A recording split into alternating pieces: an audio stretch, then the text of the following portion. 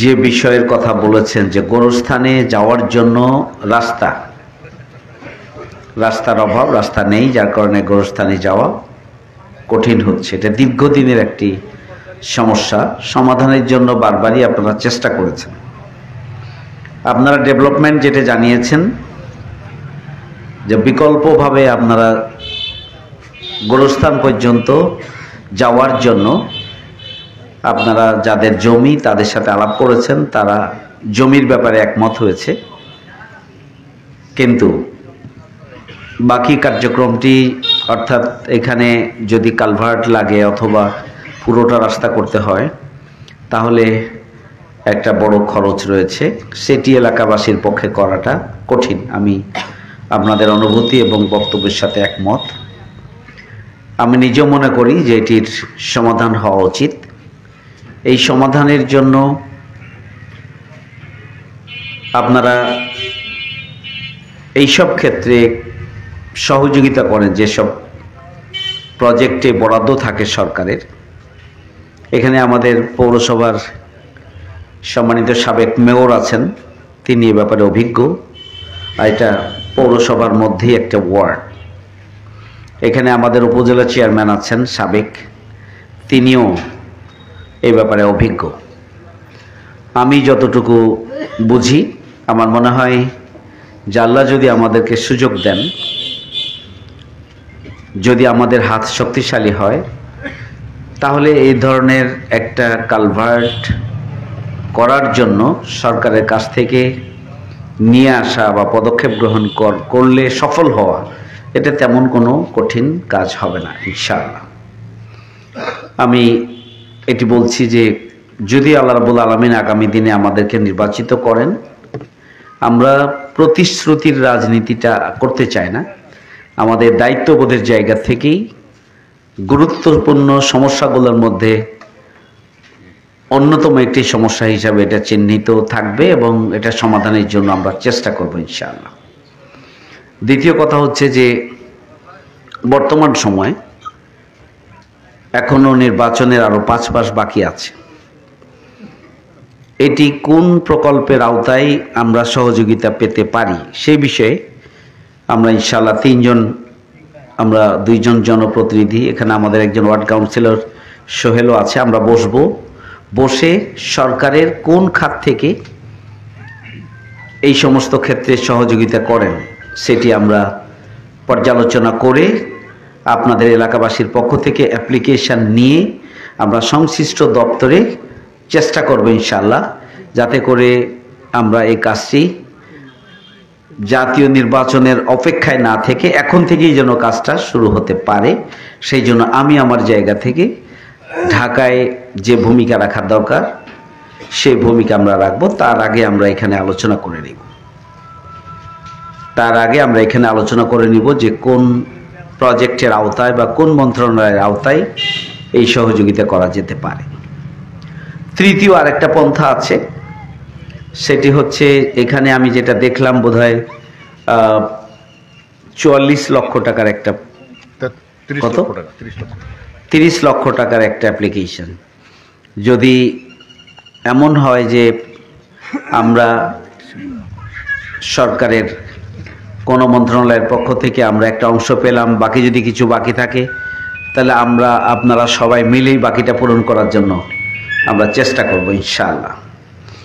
চতুর্থ আরেকটি পন্থা হচ্ছে যে এইসব প্রচেষ্টা চলতে চলতে কতদিন লাগবে, কিন্তু প্রতিনিয়ত তো আপনারা আসলে বিধ্বস্ত এবং আপনারা হয়রানির শিকার হচ্ছেন এই রাস্তাটি না থাকার কারণে।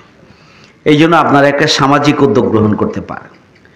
এই গোরস্থানের সাথে সম্পৃক্ত যারা রয়েছেন সামর্থ্য অনুযায়ী যদি সবাই অংশগ্রহণ করেন, আমরাও যদি অংশগ্রহণ করি, সব মিলিয়ে এই কাজটা শুরু করা যায় কিনা সেই চেষ্টাও আমাদের প্রয়োজন হলে আমরা করব। আমি সবগুলো বিষয় আপনাদের সামনে বললাম। যে প্রক্রিয়াই হোক না কেন সব প্রক্রিয়ার সাথেই আমরা থাকব এবং আমরা অগ্রাধিকারের ভিত্তিতে এই বিষয়টি আমরা এগিয়ে নেওয়ার জন্য পদক্ষেপ গ্রহণ করব ইনশাআল্লাহ। কি আমার কথা কি আপনারা বুঝতে পেরেছেন? জি, কারণ বাস্তব যে বিষয়টি আসলে টাকার সাথে সম্পৃক্ত যেটি, সেটিকে বাস্তবসম্মতভাবেই সামনে নিয়ে আসা দরকার। সেই জন্যই আমি এভাবেই 4টা ফর্মে আপনাদের সামনে তুলে এনেছি। আমরা এখনই কম সময়ের মধ্যেই সরকারের সংশ্লিষ্ট দপ্তরে অ্যাপ্লিকেশন করে সেটাকে বের করে আনার জন্য আমাদের চেষ্টা অগ্রাধিকারের ভিত্তিতে থাকবে। আর বাকি বিষয়গুলো যেগুলো বললাম সেগুলো তো ধাপে ধাপে সেখান থেকে না হলে আরেক জায়গায় আরেকভাবে সেটি চলতে থাকবে ইনশাআল্লাহ। দরখাস্ত রেডি করা হয়েছে প্রকল্প পরিচালক স্থানীয় সরকার প্রকৌশল অধিদপ্তর, এখান থেকে আসলে এটা বরাদ্দটা পাওয়া যায়। আচ্ছা, এখানে আপনারা যে অ্যাপ্লিকেশনটা দিয়েছেন যে প্রকল্প পরিচালক স্থানীয় সরকার প্রকৌশল অধিদপ্তর, এখান থেকেই এইসব বিষয়ে সহযোগিতা পাওয়া যাবে। তো এই অ্যাপ্লিকেশনটাকে সামনে রেখে আমরা কাজ শুরু করি, তারপরে অগ্রগতি এখানকার কমিটির সাথে আমাদের যোগাযোগ থাকবে। অগ্রগতি পর্যালোচনা করে সম্ভাবনা যদি থাকে তাহলে একভাবে আমরা অগ্রসর হব, সম্ভাবনা না থাকলে আমরা তখন ভিন্নভাবে অগ্রসর হব ইনশাআল্লাহ। আমরা চাই যে সবাই মিলে এই সমস্যাটার সমাধান আমরা করার জন্য সর্বাত্মক চেষ্টা করব, আল্লাহর সাহায্য নিয়ে, আপনাদের পরামর্শ এবং সহযোগিতা নিয়ে ইনশাআল্লাহ। তো সম্মানিত এলাকাবাসী, আমি আপনাদেরই ছোট ভাই, আপনাদের এলাকার মানুষ। এখানে আমি হরিমোহন সরকারি উচ্চ বিদ্যালয়ে পড়েছি, নবাবগঞ্জ সরকারি কলেজে পড়েছি। এখানকার আমি নির্বাচিত ভিপি ছিলাম চাঁপাইনবাবগঞ্জ সরকারি কলেজে। রাজশাহী বিশ্ববিদ্যালয়ে পড়াশোনা করেছি, শিবিরের কেন্দ্রীয় সভাপতি হিসাবে দায়িত্ব পালন করেছি, জামাত ইসলামীর এখন একটা দায়িত্ব পালন করছি। সব মিলিয়ে আমার পরিচিতি, আমার অবস্থান, আমার ভূমিকা, আমার তৎপরতা সম্পর্কে আপনারা অবহিত। আগামী জাতীয় সংসদ নির্বাচন আসছে। 5ই আগস্টের গণঅভ্যুত্থানের মাধ্যমে একটা নতুন বাংলাদেশ আমরা পেয়েছি, যেখানে আকাঙ্ক্ষা ছিল যে বৈষম্য মুক্ত বাংলাদেশ, আকাঙ্ক্ষা ছিল দুর্নীতি সন্ত্রাস চাঁদাবাজ মুক্ত বাংলাদেশ, আকাঙ্ক্ষা ছিল খুন ধর্ষণ মুক্ত বাংলাদেশ, আকাঙ্ক্ষা ছিল ন্যায় বিচার এবং ইনসাফের বাংলাদেশ, বৈষম্যহীন নতুন বাংলাদেশ গড়ে তুলেই ছিল আমাদের যারা শহীদ হয়েছেন, আহত হয়েছেন তাদের লক্ষ্য। আমরা একটা বছর ইতিমধ্যে অতিক্রম করেছি, আগামী জাতীয় সংসদ নির্বাচন আসছে।